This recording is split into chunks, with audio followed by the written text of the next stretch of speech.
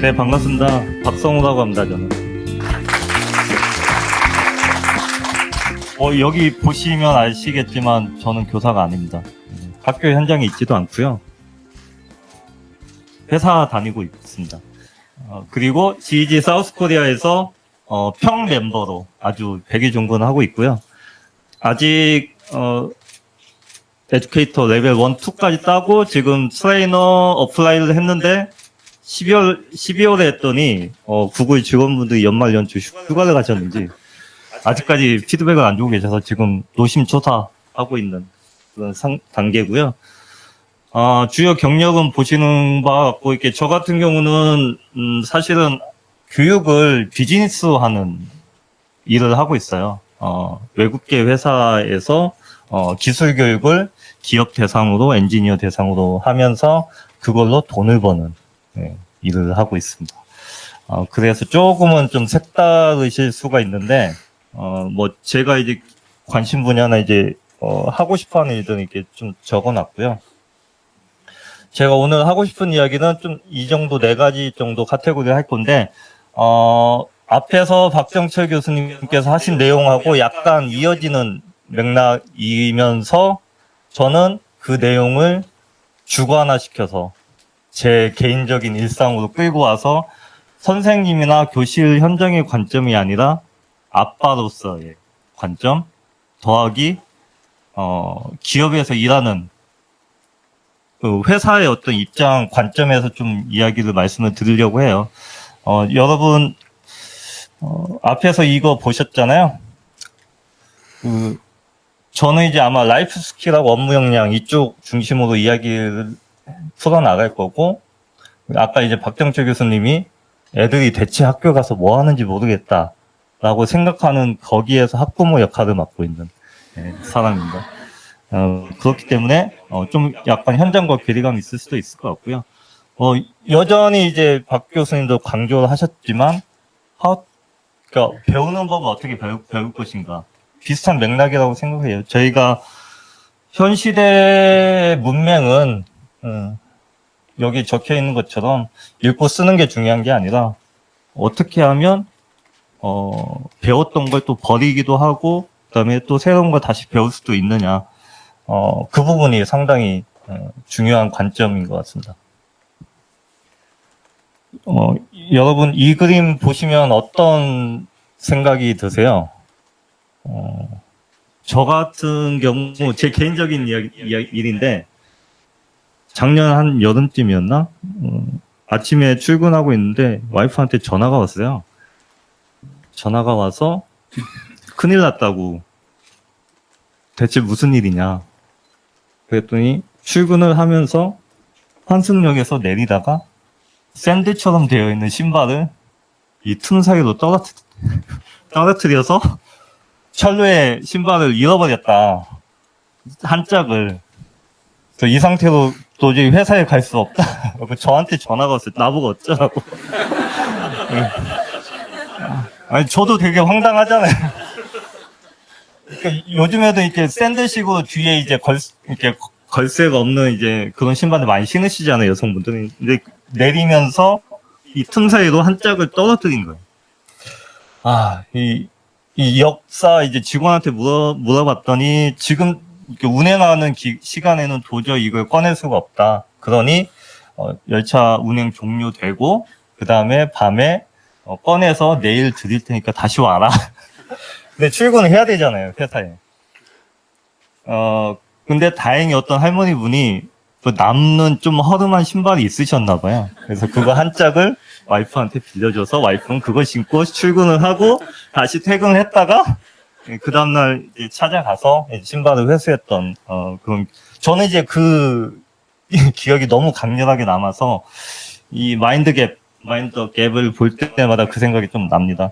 오늘 제가 하고 싶은 이야기는 아무래도 이제 학교 현장과 그다음에 기업 현장에서 필요하는 어떤 스킬이나 어떤 필요한 역량 이런 갭에 대해서 좀 이야기를 하려는 거 아마 눈치를 채셨을 거고요.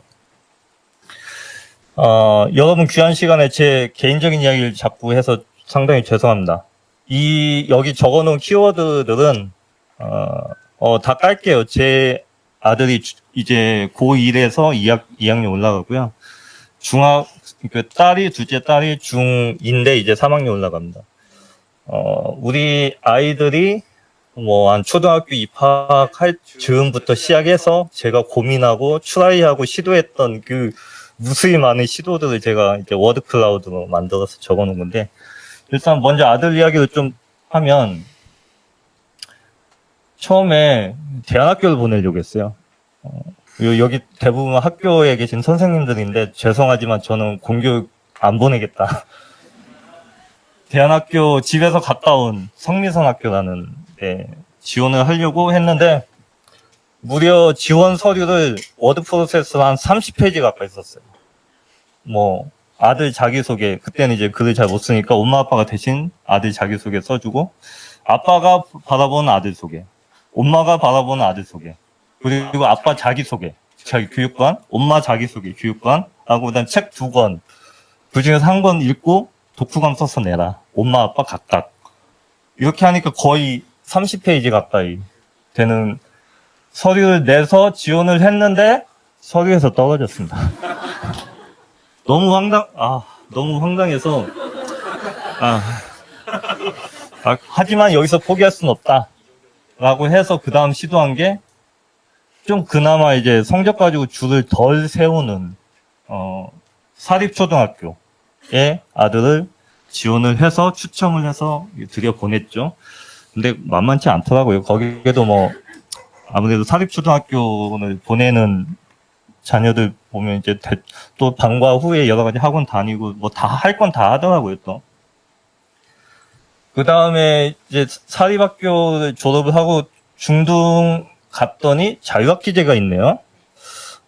이거 좋은 기회인 것 같은데, 이 시간을 뭐 어떻게 좀 애들을 잘 이렇게 케어를 해서 뭔가 좀 창의적이고 좀 멋진 애도 키워볼 수 있지 않을까라고 엄마 아빠가 고민을 많이 했죠. 엄마는 특히 애들이 어렸을 적에 방학만 되면 미술관, 그 다음에 박물관, 이렇게 스케줄을 쫙 짜가지고 애들을 끌고 다녔어요. 그러니까 애들이 초등학교 고학년 정도 되니까 쟤는 질려가지고 절대 엄마가 뭐 하자는 거 절대 안 따라다닙니다. 그런 상황에 이르렀고요. 자유학기제 저는 첫째는 이미 좀 나이가 좀 들어서 좀 그렇고, 둘째는 소프트웨어 코딩 교육을 좀 시켜보자 라고 해서 이제 제가 또 IT 쪽에 근무를 하지 않습니까? 그래서 이제 여러 가지 방학 때 프로그램을 찾아가지고 소프트웨어 코딩 캠프 데려가고, 그 다음에 뭐 어디 기회가 있으면 단발성 이렇게 프로그램들 같이 데려가고 막 했죠. 그러니까 처음에는 잘 따라오죠, 딸도. 근데 이제 그것도 역시 이제 뭐 곧 초등 한 5, 6학년 그 다음에 중등 한 1학년 이렇게 되면서 콧방귀도 안 끼죠. 제가 아무리 이야기를 해도 그런 상황에 이르렀고요. 결국은 아들이 뭐 여기에서 가장 큰 변곡점은 결국은 엄마 아빠가 다 같이 맞벌이를 하다 보니 결국은 방과 후 시간에 애들을 학원을 보낼 수밖에 없었고, 학원을 한번 보내기 시작하니 이제 코스를 그대로 따라가는 거죠. 뭐 한국의 상황을 너무나도 잘 아시겠지만, 그래서 이제 와서는 거의 이건 제 관점입니다. 제 관점에서 우리 아들을 보고 있으면 얘가 학원에 다녀야지 자기가 공부를 하고 있다는 어떤 위안감을 얻는 것 같아요. 그리고 나는 이거라도 하고 있어. 그리고 나는 대학을 가기 위해서 이렇게 노력하고 있어. 그런 위안감을 얻는다는 저는 의심을 좀 계속 하고 있는 거고요. 그래서 아들이 고등학교 갈 때 딜을 했죠. 아들이 자기가 친한 친구들하고 같은 뭐 말씀드린 자사고에 가고 싶다. 자율형 사립고. 제가 고민을 했죠. 이걸 받아줘야 되나 말아야 되나 고민을 하다가 아들하고 딜을 한 게 조건이 있다. 기숙사에 들어가라. 제가 기숙사 들어가라고 한 이유는 학원 못 다니게 하려고. 그래서 아들이 오케이를 했어요. 그래서 뭐 다행히 경쟁률이 낮아서 합격을 하고 입학과 동시에 기숙사로 보냈습니다. 물론 이제 서울 시내이긴 하지만 거리가 좀 멀어서 기숙사에 보냈는데 주말에 나와서 또 학원을 가더라고요. 그래서 지금은 거의 솔직히 좀 학원에 대해서는 많이 포기를 한 상태고요. 사실은 저는 아들이 고등학교 가기 전에 갭이어 아시죠?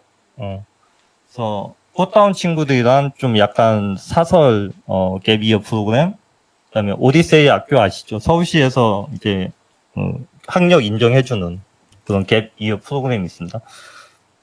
제가 설명에 다 쫓아다니고요. 어떻게 하면 우리 애들이 여기에 한번 갈 수 있는 마음이 들 수 있게 할까 좀 꼬시려는 노력을 되게 많이 했는데 결국은 아들은 거부했고요. 거부하고 그냥 자사고 갔고 지금 학원 다니면서 열심히 다니고 있는 그런 상황입니다. 그 와중에 저는 계속해서 우리 애들은 뭐 디지털 역량이 필요하지 않을까, 좀 어떻게 하면 좀 창의적으로 키워볼까, 어떻게 하면 소통과 협업을 잘하는 아이도 키워볼까, 계속 무지하게 노력을 저 혼자만 한 것 같아요. 예. 제가 최근에 쓴 제 블로그에 뭐 자주 글을 쓰진 않는데 최근에 쓴 글입니다. 너무 답답하고 저 혼자서 답답하고 낭망을 많이 해서 상당히 자극적인 제목으로 글을 썼어요. 물론 그러니까 제가 이제 그동안 노력했던 거에 비해서 우리 애들이 전혀 움직이지 않는다라는 게 핵심적인 내용이고, 그래도 희망은 남겨둬야 되잖아요. 그래서 맨 마지막에 포기를 했지만 그렇다고 해서 포기한 건 아니다. 어떤 측면에서, 그래서 제 주변 분들한테 이야기합니다. 저희 자녀들은 이미 아마 대학 가기 위한 공부를 할 것 같고, 그렇기 때문에 저는 저희 애들은 포기했습니다. 그러니까 사실 대놓고 이야기해요. 하지만 이제 제가 IT를 하고 IT 분야에 있고 그다음에 교육 분야에서 있는 사람으로서 그다음 미래 세대를 위한 교육까지도 포기할 수는 없을 것 같다라는 그런 결심을 좀 글 마지막에 좀 적었고요. 예, 제 고민들은 이제 문제의식들은 이런 거죠. 뭐 많이 같이 고민하실 거겠지만 너무 단순한 소비자로만 살아가고 있는 것 같고, 어떻게 하면 실제 현재 교육 시스템에서는 필요한 역량을 못 길러주는 것 같은데 어떻게 갖출 수 있을까? 왜 그럴까? 이런 고민들. 이거 좀 머리 복잡한 그림이 나오는데요. 그러다가 이제 이영달 교수님이란 분이 이렇게 만드신 이 그림을 딱 마주쳤어요. 이거 여기부터 설명해 드릴게요. 아까 이제 앞에서 뭐 이렇게 박 교수님께서 하이프 사이클도 막 보여주시고 했는데, 이노베이션 이론 중에 혁신 확산 이론이라는 게 있어요. 이 그림 많이 보셨죠? 이게 새로운 기술이나 새로운 제품, 서비스가 나오면, 소비자들이 받아들이는 양태가 이렇게 쫙 나뉘어집니다. 처음에 새로운 기술이 나왔을 때, 이노베이터, 앞서 발표하신 두 분의 이노베이터 분들, 엄청 적극적으로 빨리 받아들이시고요. 그 다음에 좀 빠른 분들, 얼리 어답터. 아마 여기 계신 분들은 얼리 어답터 정도는 되시죠? 되실 거라고 믿고요. 그 다음에 나머지 이제, 쭉쭉 이제 뒤에 수용하는 타이밍들이 조금씩 달라지는데, 이 사이에 이 캐즘이 있는 거죠. 뭐, 스타트업 창업 쪽에서는 죽음의 계곡, 데스밸리라고 많이 부르고요. 이걸 옆으로 돌렸어요. 이영달 교수님 한 분이. 왜 돌렸냐?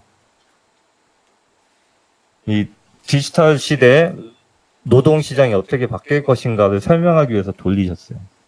돌려놓고 이걸 이렇게 대치를 시킨 게 보시면 생태계와 플랫폼을 만드는 창조자들, 그리고 그 뒤에 이어서 이걸 받아가지고 뭐 창의적으로 이렇게 생산하고 공급하는 공급자들, 그냥 일상적으로 공급하는 공급자들, 그 나머지는 이걸 돕거나 단순한 업무들, 이렇게 딜리버리만 하는 그런 노동질. 그 노동시장을 바라보는 되게 인사이트 있는 그림이어서 저는 이걸 보고서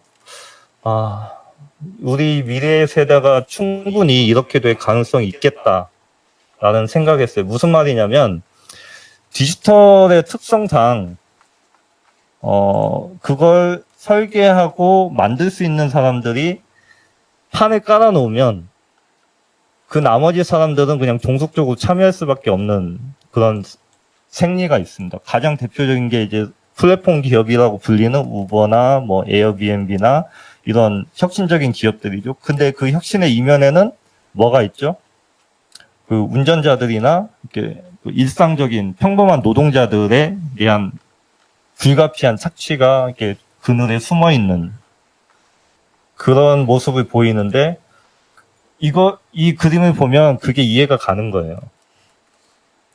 인공지능을 예로 들어서 인공지능을 설계하고 그걸 뭐 개발할 수 있는 사람들은 앞서가는 사람들이 되겠죠. 하지만 그 중간층은 아예 그냥 씨가 마를 수가 있겠다라는 그런 판단이 들었고, 나머지 그마저도 쫓아가지 못하는 사람들은 뒤로 뒤처져서 노동시장에서 이렇게 저렴한 임금에 단순한 일을 해야 되는 그런 인력으로 전락하지 않겠나, 이 생각을 저는 보고 있는 거예요. 우리 애들을 보면서도 그 생각을 하는 거죠, 저는.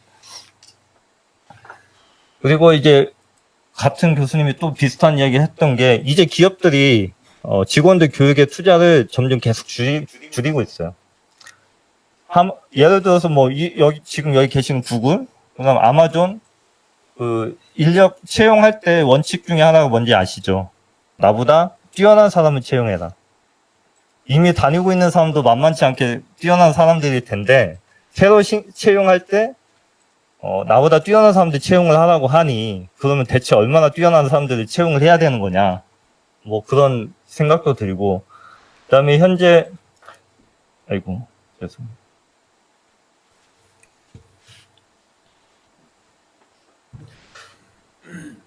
설마 처음으로 가는 건 아니겠죠?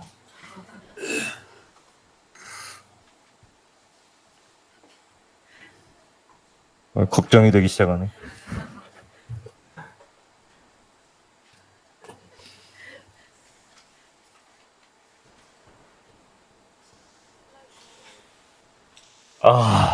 처음으로 갔습니다.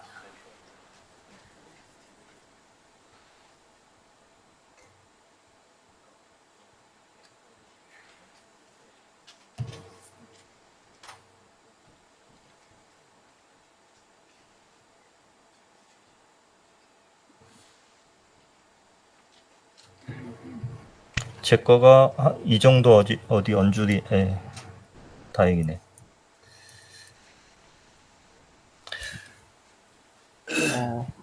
그리고 이제 긱 이코노미라고 들어보셨죠? 그러니까 제가 수치가 기억이 안 나는데, 미국의 노동시장에서 프리랜서하고 이제 비정규직 노동자의 비율이 3분의 1 이상인 걸로 제가 기억을 하고 있는데, 앞으로 점점 프리랜서와 아웃소싱 위주로 인력 시장이 개편이 될 가능성이 크다라는 이야기를 하고 있고요. 그래서 뭐 HRD 디파트먼트를 이제 조직 운영을 안 하고 아예 그냥 직원 교육은 시간과 돈의 낭비다라는 이런 아티클도 나오고, 그다음에 새로 입사하는 젊은 친구들한테는 더 이상 온보딩 교육을 제공 안 할 거다. 니들이 알아서 배워가지고 와서 일을 해라. 그런 식으로 가고 있고, 그다음에 또 한 가지가 스마트 워크가 점점 이제 가중화될 거라는 걸 조금 저는 강하게 확신하는데요. 특히 이제 기술이나 이런 것들이 복잡성이 증대가 되기 때문에 절대로 혼자 일을 할 수 있는 시대가 오지 않을 겁니다, 이제는. 창의적인 협업이 필요하고, 협업을 해야 되는데, 그 핵심 인력들이 누구? 밀레니얼 세대라는 거죠. 이 친구들은 뭐 이야기 많이 들으셨겠지만, 삶의 질에 대한 기대치가 나름대로 있고, 인터뷰 면접을 보면서 사장님이 내 성장을 위해서 뭘 해주실 수 있습니까? 라고 반문하는 그런 세대가 지금 오고 있다는 거죠. 그런 친구들이기 때문에, 갈수록 일하는 환경은 스마트워크 쪽으로 갈 거고요. 당연히 글로벌화는 더더욱 심화될 거고, 우리 애들은 글로벌한 시대에서 일을 하는 그런 상황이 될 겁니다.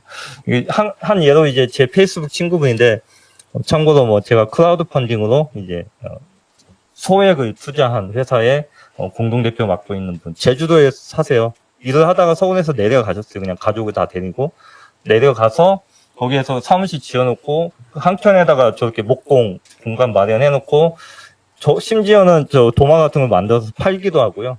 사실 본업은 그 소프트웨어 개발 하시는 분인데, 그리고 1년에 한 번 정도씩 가족을 데리고 장기간 최소한 2주에서 한 달 정도 해외로 가서 한 달 살기 이런 것들 하고. 근데 최근에 이제 투자를 받으시면서 바쁜지 잘 못 가시더라고요. 그래서 저런 분도 있고, 그리고 외국계 기업들 일하는 패턴을 잠깐만 단면을 좀 보여드릴게요. 모든 회사가 그렇진 않겠지만, 근태보다는 실적이 중요하다, 아웃컴이 중요하다. 그리고, 이게 역할에 따라서 다르긴 하지만, 심한 데는 대표적인 영업 인력 같은 경우, 사실 솔직히 이야기하면 저희 회사가 그렇습니다. 영업 인력 같은 경우 연봉이 100원이면 일단은 50원만 줘요, 매달. 50원만 주고 나머지 50은 실적 따라서. 그러니까 실적이 없으면 반만 받고, 물론 이제 실적이 좋으면 100원 이상을 더 받아요. 근데 그런 직원들은 소수겠죠. 그래서 철저하게 실적 기반으로 이제 급여를 주고 역할별로 쪼개져 있고, 글로벌화가 돼 있다 보니 매니저하고 떨어져 있는 경우가 되게 많습니다. 그러니까 3.5시간 이거는 좀 인도하고 시차를 의미를 하는 거고요. 저 같은 경우 매니저가 인도에 있어요. 그래서 제가 점심 먹을 때 출근합니다. 그러면 저는 어떻게 일을 해야 될까요? 생각을 해보세요. 아침에는 매니저와 커뮤니케이션 할 일이 없어요. 그러면 저는 조금 여유있게 오전을 움직이겠죠. 좀 솔직히 말하면, 상황에 따라서 제 스케줄을 제가 업무를 조정을 하고, 이제 점심 때부터 긴장을 하는 거죠. 점심 때부터 무슨 메일이 올까? 어떤, 콜을 하자고 연락이 올까? 이 부분에 대해서 긴장을 하고, 집중해서 일을 하고, 그 다음에 또, 이게 또 이제 미국 본사까지 가게 되면 콜 시간이 또 달라지니까 거기에 맞춰서 또 일을 하게 되는 거고. 그렇기 때문에 저는 이제 9 to 6가 별 의미가 없는 그런 생활을 하고 있고, 때때로 자리가 없기 때문에 아무 데서나 일을 하고, 또는 미세먼지가 심하면 자체적으로 재택근무를 하는 경우도 있습니다. 그런 경우도 있고. 그래서 이제 스마트 워커와 디지털 노마드 사이에서 그 어딘가에 있는, 그래서 저는 이런 것들이 이코노미에 또 시발점이 될 거라고 좀 생각을 하고요. 대영 제국 해가 지지 않는 나라. 전 어릴 때 이게 무슨 의미인지 몰랐어요. 왜 해가 지지 않는 걸까? 궁금했는데 이 지도를 보시면 명확하고, 이 글로벌 기업들이 결국 해가 지지 않는 나라를 대체하고 있는 거죠, 현재. 사우디 아람코가 한두 달 전에 뜬금없이 상장을 하는 바람에 시가총액 1위로 갑자기 뛰어올랐습니다. 그 전까지는 애플하고 마이크로소프트가 1, 2위로 왔다 갔다 다퉜어요. 사우디가 이제 아람코 상장을 시키면서 갑자기 순위가 바뀌었고, 보시면 한 70% 이상이 미국 기업이고, 이 중에 또 상당수가 실리콘밸리에서 있는. 그리고 개인 재산 순위도 보시면 미국 기업의 수장들이 대부분 다 차지하고 있고, 또 상당수가 실리콘밸리에서 있는. 근데 실리콘밸리에서 일을 하는 스타일을 보면 이렇게 일을 합니다. 제가 솔직히 실리콘밸리 못 가봤는데 애자일이라는 개념은 알거든요. 그래서 짧게 완성품을 만들어보고 테스트해보고 계속해서 이걸 반복시키는 순서대로 가고, 그래서 최소로 동작이 가능한 프로덕트를 먼저 만들어서 시장의 반응을 보고 다시 또 실패를 경험 삼아서 다시 새롭게 만드는 그런 사이클로 일을 하고 있죠. 테슬라도 마찬가지로 모델 3가 한국에 이제 공식 수입된 지가 얼마 안 됐는데, 그 훨씬 전부터 모델 3를 팔았죠. 아시죠? 한 100만 원 정도 미리 돈을 내면 모델 3를 예약할 수 있게 해줬어요. 한국에 실제로 출시가 되지 않았는데도 불구하고. 그러니까 이런 식으로 비즈니스 하는 경향들이 많아지고 있고, 이 친구는 작년에 좀 화제가 됐던 친구인데 핵 융합로를 만들어서 좀 이 친구도 볼수록 자괴감을 많이 느끼기 때문에 저는 살짝, 예, 이런 친구가 있다는 거. 근데 스스로 공부하고 부모님 지원을 받아서 만들었다는 거. 이게 플레이가 되나 모르겠네요. 이거는 사실 책 광고입니다. 얼마 전에 제가 진짜 재밌게 읽었던 책인데, 이제 책 광고에서 하는 얘기가 저는 메이크 센스하다고 생각해요. 한국 마이크로소프트 직원이 쓴 책이고요. 근데 마이크로소프트에서 일하는 직원들이 보니까 학력이 다 높은 것도 아니고, 다 스펙이 다 좋은 것도 아니고, 노란색으로 방금 있었던 커뮤니티에서 리더 역할을 하는 사람들이 마이크로소프트 직원으로 들어와서 일을 하고 있다라는 하면서 마지막에 책을 짠 이렇게 광고하는 그런 영상입니다. 제가 이제 이미지를 캡처해가지고 동영상화 시킨 건데요. 예, 이 책입니다. 이 책이 이야기하는 거는 커뮤니티를 통한 학습 그리고 커뮤니티를 통한 성장이 키워드입니다. 예로 들고 있는 MS 직원인데 예, 그냥 하겠습니다. 제가 조작이 서툴러서 네. 방금 나왔던 직원분 같은 경우는 이제 부산 출신인데 공부를 지지리도 안 했고요. 친구들이 이제 불량배인 친구들하고 어울려서 고등학교 진학 판정 불가를 통보를 받고 그때 조금 각성해서 공부를 좀 했는데 불량배 친구들이랑 우리 한번 고등학교 가보자라고 해서 같이 스터디를 했대요. 근데 수학이나 영어는 좀 어려우니까 암기 과목 위주로 전략을 세워서 같이 스터디를 하고 졸업한 다음에 공단에서 일을 하고 그러면서 주경야도 전문대를 갔고 뭐 블라블라블라 뭐 첫사랑 서울 올라와서 중소기업 다녔는데 이 친구가 자기 어떤 특정 기술 하나에 꽂혀가지고 그거에 대한 커뮤니티를 만들고 거기에 대해서 뭐 온라인 잡지를 발행하고 활동을 한 거예요. 근데 이 기술이 갑자기 뜨면서 영어도 잘 못하는데 한국 MS에서 스카우트 제의가 들어온 거예요. 그래서 처음에는 나 영어도 못하고 난 도저히 뭐 당신네 회사 같은 회사를 다닐 실력이 못 된다라고 처음에 몇 번 거절을 했대요. 근데 결국 할 사람이 아무도 없어서 이 기술은 이 사람이 채용이 됐고 현재는 MS에서 대표적인 테크니컬 이반젤리스트 역할을 하고 있는 부장님. 그리고 이분 같은 경우는 가난하게 좀 살아서 공부를 제대로 못하다가 대학 입시 3개월 앞두고 갑자기 자기 대학에 가야겠다라고 좀 눈물겨운 과정을 거쳐서 3개월 전부터 공부를 했는데 공부하다가 엄청난 자기 스스로 이게 각성과 회의와 분노가 막 치밀어 올랐대요. 왜 시키는 대로 공부하고 시키는 대로 일을 해야 되는 교육을 받았을까?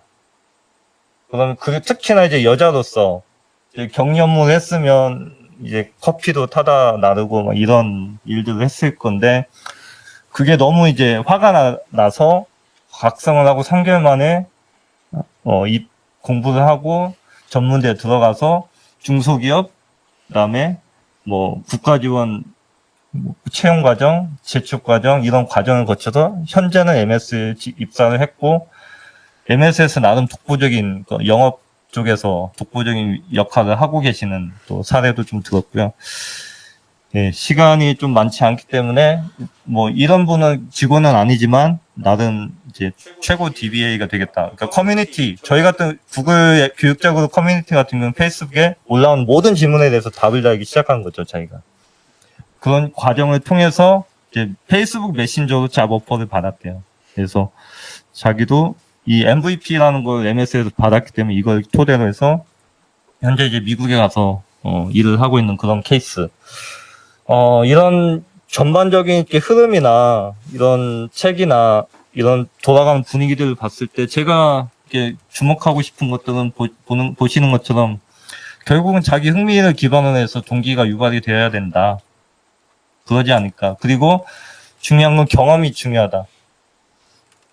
뭔가 만들어보는 경험을 통해서 자기 역량을 확인하고 길러나가지 않으면 현실에서 써먹기 힘들다. 그리고 이런 달라지는 변화하는 모습 속에서 커뮤니티와 공유하고 서로 배우는 자세가 학습에 엄청 중요하다. 그러니까 사실 커뮤니티 이야기하는 건 저희 커뮤니티 때문에 제가 이야기를 하는 거예요. 뒤에 이제 또 선생님께서 말씀도 하시겠지만 이따가 또 지역별로 모임도 하시겠지만 커뮤니티에서 정말 자발적이고 재미있게 서로 공유하고 가르쳐주면서 성장하시는 그런 모습들이 많이 생기길 바라고 우리 아이들도 그런 식으로 공부를 좀 하면 좋지 않을까. 그렇게 하기 위해서 제가 좀 인사이트를 좀 많이 얻었던 책이 이제 보시는 것처럼 미첼 레스닉 교수님이라고 이렇게 스크래치 만드셨던 교수님인데 이분이 유치원생들이 놀면서 배우는 모습을 통해서 나름 그린 그림이에요, 이게. 처음에 애들이 뭘 할까 상상해서 시작해서 만들고 놀면서 같이 옆에 친구들하고 공유하고, 그럼 친구가, 이건 좀 이렇게 바꿔보면 어떨까? 피드백을 주고 리플렉트를 하면서 다시 새로운 것을 상상해서 만들어내는 이런, 선순환, 크리에이티브 러닝 스파이럴, 이런 흐름이 정말 창의성을 기르는데 필요하지 않을까. 그리고 저는 이걸 조금 이제 고급화시킨 이제 교육학 쪽에서 설명하는 이론이 이제 경험학습 이론. 경험을 통해서 새로운 관찰을 하고 그걸 반추하면서 자기 내재 속으로 이제 개념화시키고 이걸 토대로 해서 새로운 실험을 다시금 해나가는 이런 경험들이 필요하지 않을까.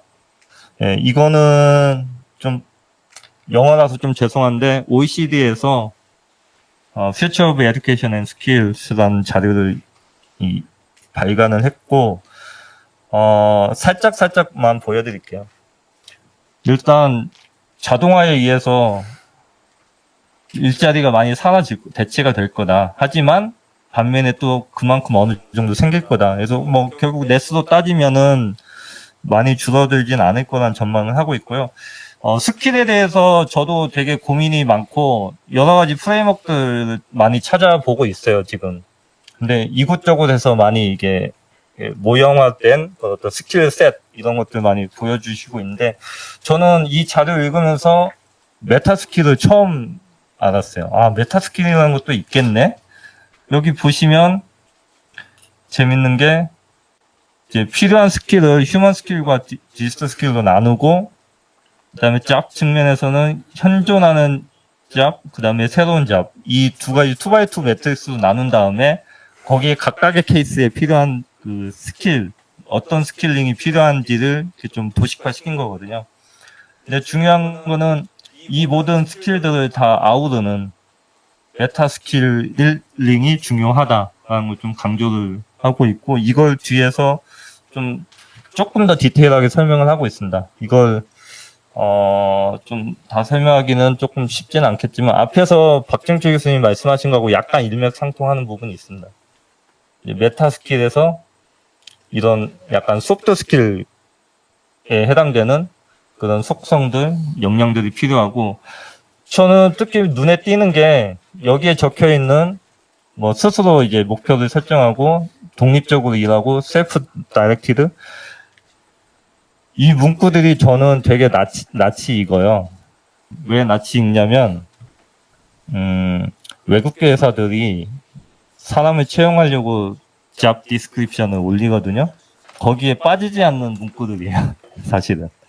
우리 회사는 이런 사람 필요해.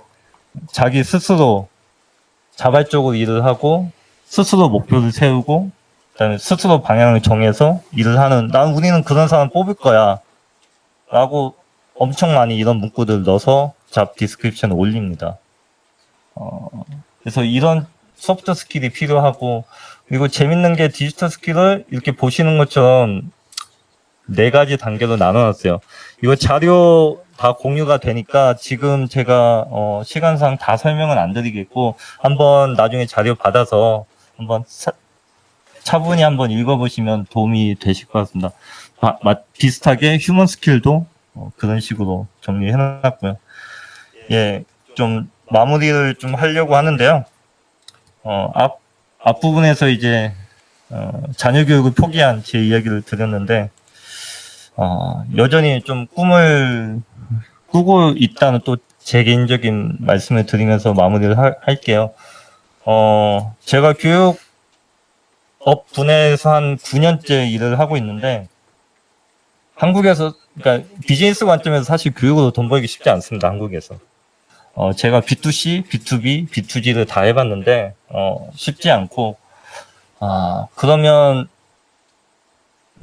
과연 내가 뜻하는 원하는 교육을 하면서 경제적으로도 지속 가능성을 담보할 수 있을까를 고민을 많이 하고 있고 그래서 한번 살펴본 게 이제 그럼 교육 시스템에서 죄송합니다.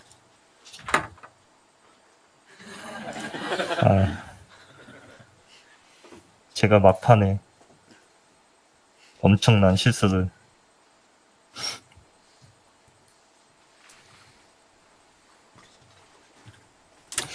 안 되던데요. 근데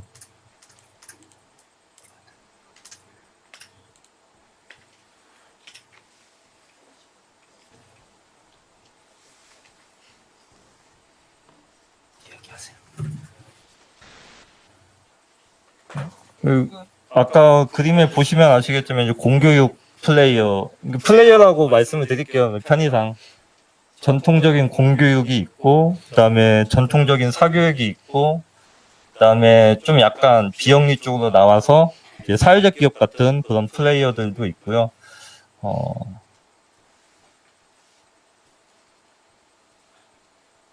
이 중에서 저는 사실 이쪽 부분에서 좀 뭔가 일을 도모를 하려고 하고 있어요. 다만 저는 대상을 성인 평생교육 쪽보다는 이제 K-12 쪽으로 초점을 맞춰서 좀 생각을 하고 있고 그리고 이걸 위한 기본적인 전제 조건 내지는 철학이라고 해야 될까요? 교육이 참 어렵더라고요. 저도 이렇게 공부하고 직접 해보면 해볼수록 일단 철학이 건강하고 방향성이 좋아야 되고요. 그 다음에 그런 철학을 지니고 있는 또 좋은 교육자분들이 계셔야 되고요. 그리고 그걸 실행할 수 있는, 딜리버리 할 수 있는 커리큘럼과 페다고기가 마련이 돼 있어야 되고, 또 그걸 실행하는 데 도움을 줄 수 있는 각종 인프라가 보장이 돼야 되고, 거의 뭐 만능을 요구를 하는 것 같아요. 그리고 이 모든 것들을 또 이끌어갈 수 있는 리더십이 엄청 중요하다는 걸 요즘에 새롭게 많이 느끼고 있어요.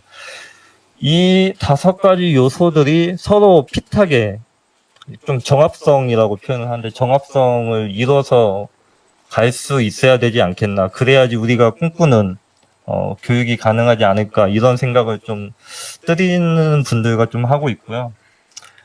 뭐 아카데미 모델만 좀 살짝 보여드리면 저는 당연히 이쪽에서 이제 퓨처 스킬 쪽에 좀 관심이 많은데 자세하게 보시면 이제 퓨처 스킬에 필요한 것들이 뭐가 있을까? 뭐 스템도 있고 뭐 크리에이티브도 있지만 먼저 자기 자신 자아상에 대한 자기 자신이 누군지에 대한 인식이 먼저 중요할 것 같고 이게 이제 글로벌 리더십까지 이어질 수 있을 것 같고요.